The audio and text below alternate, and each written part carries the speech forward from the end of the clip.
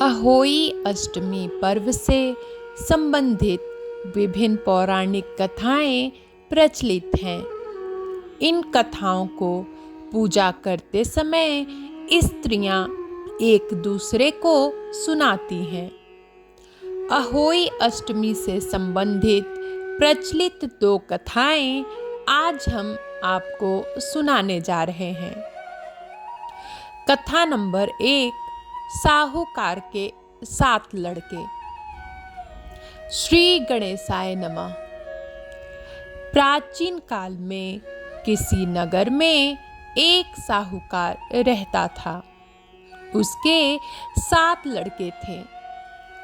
दीपावली से पहले साहूकार की स्त्री घर की लीपा पोती हेतु मिट्टी लेने खदान में गई और कुदाल से मिट्टी खोदने लगी। दैव योग से उसी जगह एक सेह की मांद थी। सहसा उस स्त्री के हाथ से कुदाल बच्चे को लग गई, जिससे सेह का बच्चा तत्काल मर गया। अपने हाथ से हुई हत्या को लेकर साहूकार की पत्नी को बहुत दुख हुआ, परंतु अब क्या हो सकता था। वह शोकाकुल पश्चाताप करती हुई अपने घर लौट आई। कुछ दिनों बाद उसका बेटे का निधन हो गया। फिर अकस्मात दूसरा, तीसरा और इस प्रकार वर्ष भर में उसके सभी बेटे मर गए। महिला अत्यंत व्यथित रहने लगी। एक दिन उसने अपने आस पड़ोस की महिलाओं को विलाप करते हुए बताया कि उसने जानबूझकर कभी कोई पाप नहीं किया है। हाँ, एक बार खदान में मिट्टी खोदते हुए अनजाने में उसके हाथों एक सेह के बच्चे की हत्या अवश्य हुई है और तत्पश्चात उसके 7 बेटे की मृत्यु हो गई। यह सुनकर पास पड़ोस की वृद्ध औरतों ने साहूकार की पत्नी को दिलासा देते हुए कहा कि यह बात बताकर तुमने जो पश्चाताप किया है, उससे तुम्हारा आधा पाप नष्ट हो गया है। तुम उसी अष्टमी को भगवती माता की शरण लेकर सेह और सेह के बच्चों का चित्र बनाकर उनकी आराधना करो और क्षमा याचना करो। ईश्वर की कृपा से तुम्हारा पाप धुल जाएगा।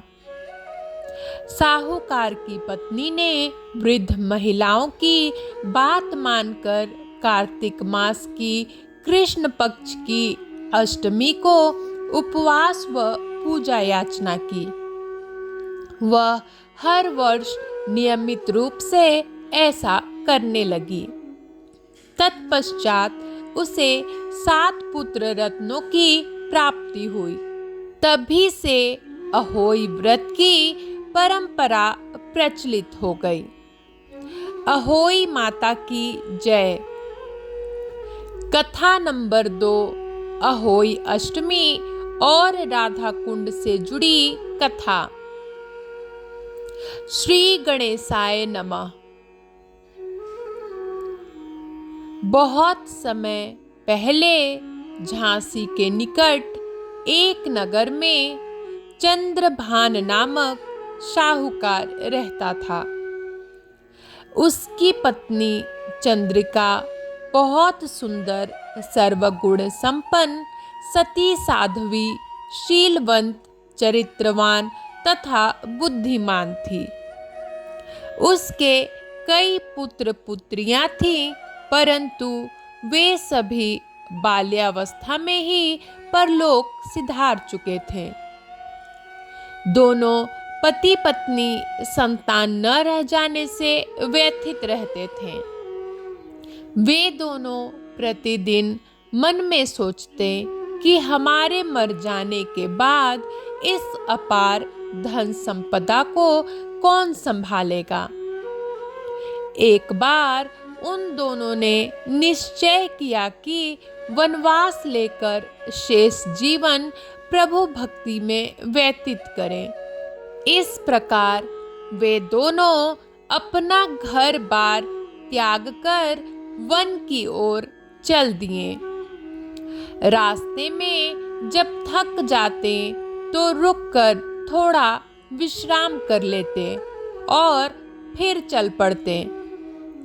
इस प्रकार धीरे धीरे वे बद्रिका आश्रम के निकट शीतल कुंड जा पहुँचे। वहां पहुंचकर दोनों ने निराहार रहकर प्राण त्यागने का निश्चय कर लिया।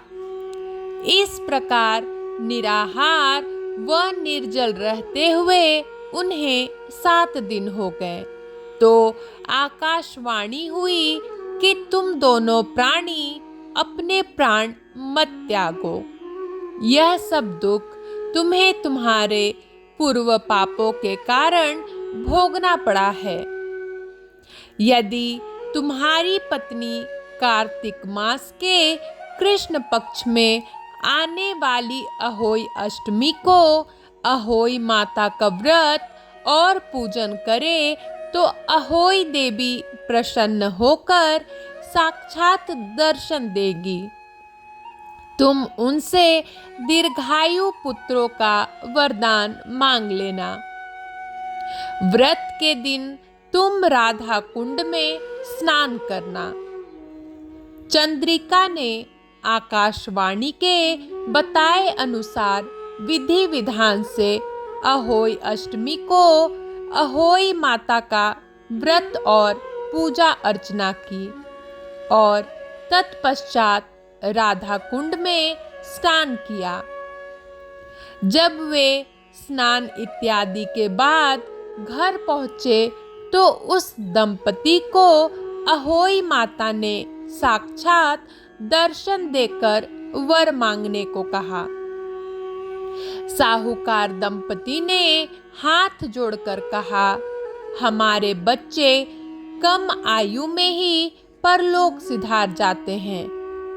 आप हमें बच्चों की दीर्घायु का वरदान दें। तथास्तु कहकर अहोई माता अंतर्ध्यान हो गई। कुछ समय के बाद साहूकार दंपति को दीर्घायु पुत्रों की प्राप्ति हुई और वे सुखपूर्वक अपना गृहस्थ जीवन व्यतीत करने लगे। अहोई माता की जय।